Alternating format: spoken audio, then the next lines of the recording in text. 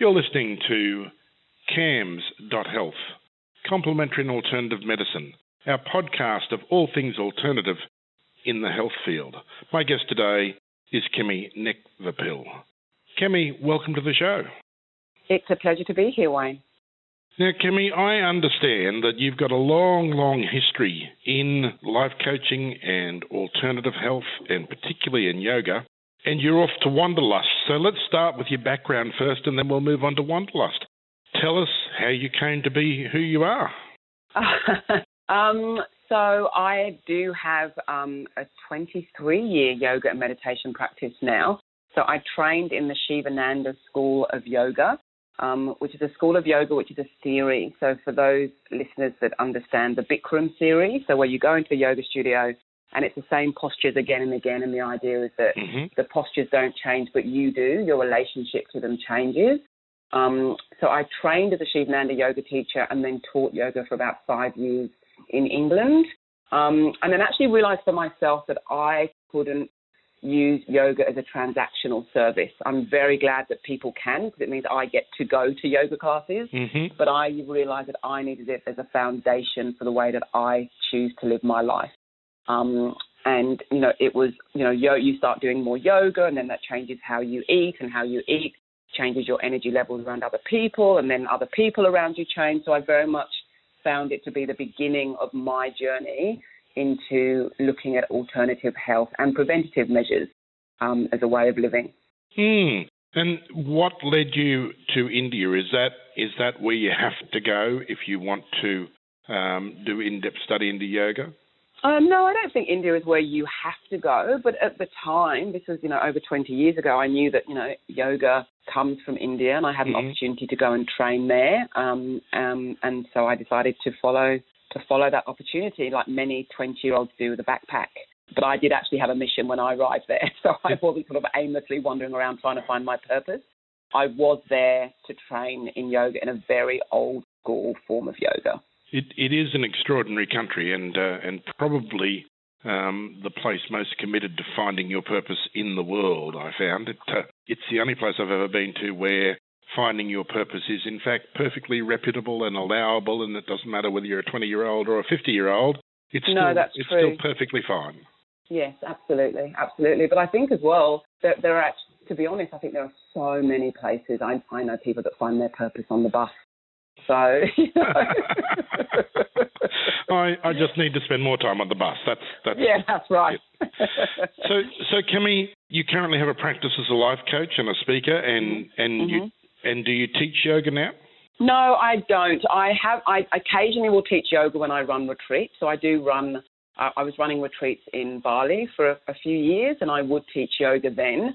But as I said, I've got to a point now where I find that the practice of yoga is more beneficial for me as a coach and as a speaker, because it kind of fills my cup, so I can then give in ways that I want to and need to give and serve others. Now, Kemi, where are you based?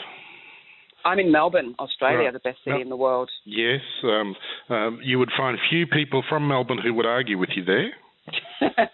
That is probably true. Maybe that's because they don't live in Brunswick like I do, so there you go.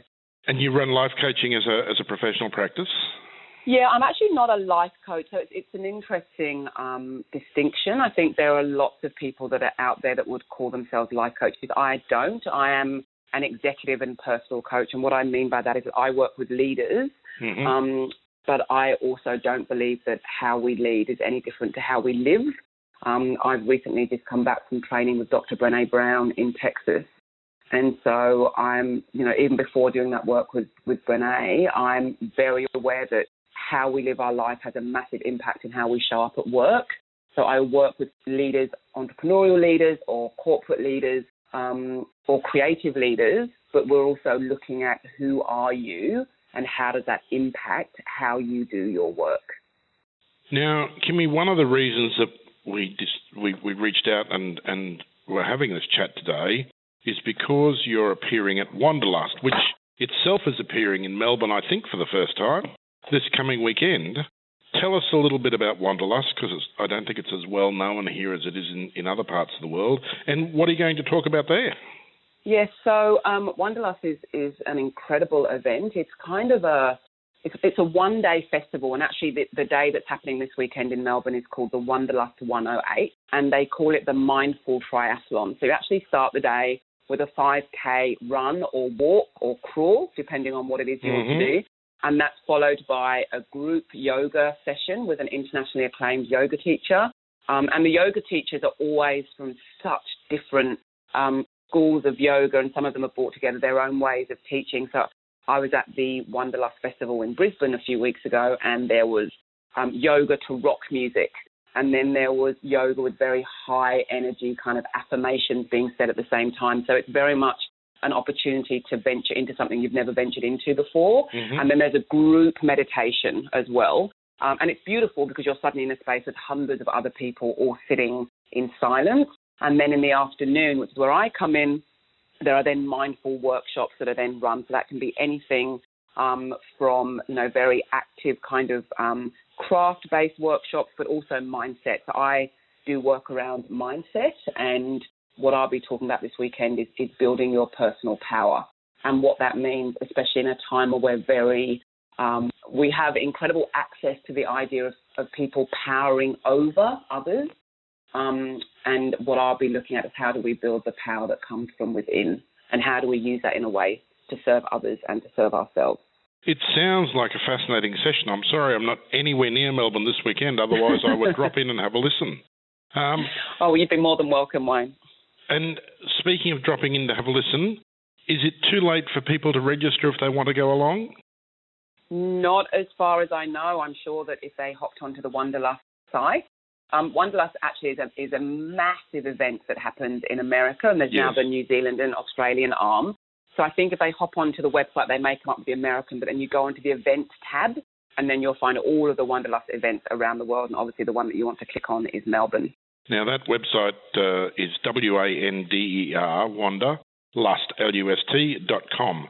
So if you need to check it out, go to wanderlust.com, and you can see whether there are still opportunities available to head off to the Melbourne event this week on the 9th. Otherwise, you've missed it, but you can catch up with Kemi. Now, Kemi, where do we find your website? My website is my name, so it's Kemi, Kemi, and then NEKVAPIL.com, so KemiNekvapil.com. Kemi, it's been a pleasure having a chat with you. Thank you for your time today. My absolute pleasure, Wayne. Have a wonderful day. You're listening to CAM.health, complementary and alternative medicine.health, the podcast.